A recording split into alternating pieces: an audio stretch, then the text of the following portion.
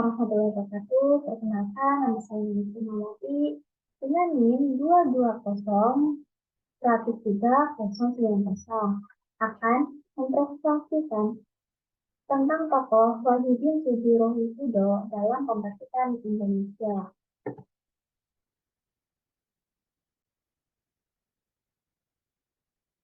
Kebangkitan nasional adalah masa di mana bangkitnya rasa dan semangat persatuan dan nasionalisme, serta kesadaran untuk memperjuangkan kemerdekaan Republik Indonesia yang sebelumnya tidak pernah muncul selama penjajahan Belanda dan Jepang.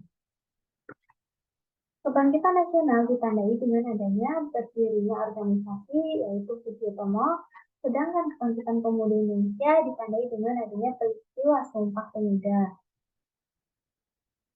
Beberapa faktor yang mendorong kebangkitan Indonesia diantaranya satu, semakin banyaknya atau meningkatnya kesadaran diri bersatu. Dua, semakin meningkatnya semangat bangsa Indonesia ingin merdeka. Tiga, semakin banyaknya orang pintar dan terpelajar di Indonesia.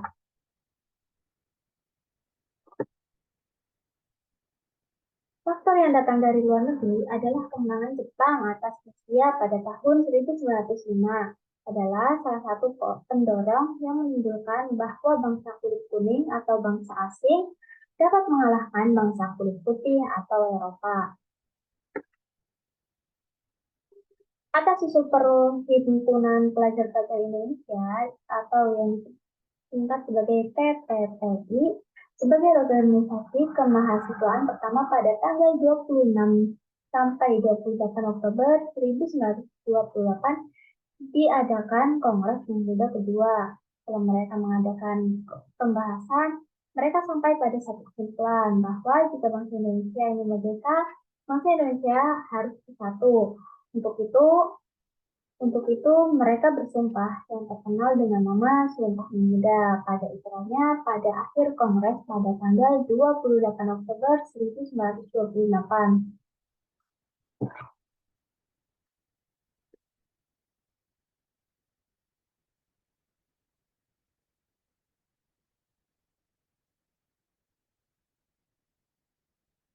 Di sini ada tokoh Wahidin Sudirohusudo. Dia tinggal di Yogyakarta, tanggal lahir 7 Januari 1852. Pendidikan sekolah dasar Erupola di Yogyakarta. Wahidin merupakan keturunan Priyayi Jawa dan keturunan Daeng Kaeng Nobo, seorang bangsawan dari Makassar yang berangkat ke Jawa.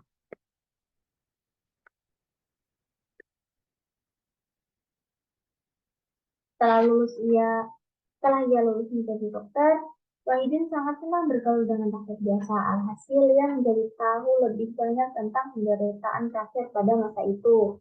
Wahidin memiliki gagasan. Salah satu cara untuk membebaskan diri dari penjajah adalah rakyat harus cerdas.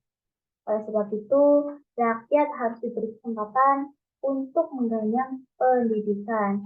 Sebagai seorang dokter juga, ia kerap mengobati rakyat tanpa meminta bayaran loh. Pokok inti perjuangannya, 1. Memperluas pendidikan, 2. Pengajaran, 3. Memupuk kesadaran bangsa. Berawal dari sebuah keinginan untuk membebaskan penderitaan rakyat, ia mulai berkeliling kota besar di Jawa. Ia mengunjungi para tokoh masyarakat sembari menyebarkan gagasannya mengenai dana pelajar. Dana pelajar bertujuan untuk membantu para pemuda yang cerdas yang tidak berkesempatan melanjutkan sekolah. Lalu ia bertemu dengan Sutomo, seorang siswa dari Sofia. Ia menyampaikan gagasannya tersebut kepada mereka. Untungnya para pelajar Sofia ini menerima gagasan tersebut dengan sangat terbuka.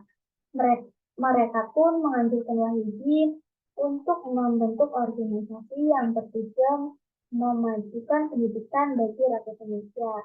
Lalu pada tanggal 20 Mei 1908 lahirlah organisasi yang disebut dengan Budi Utomo.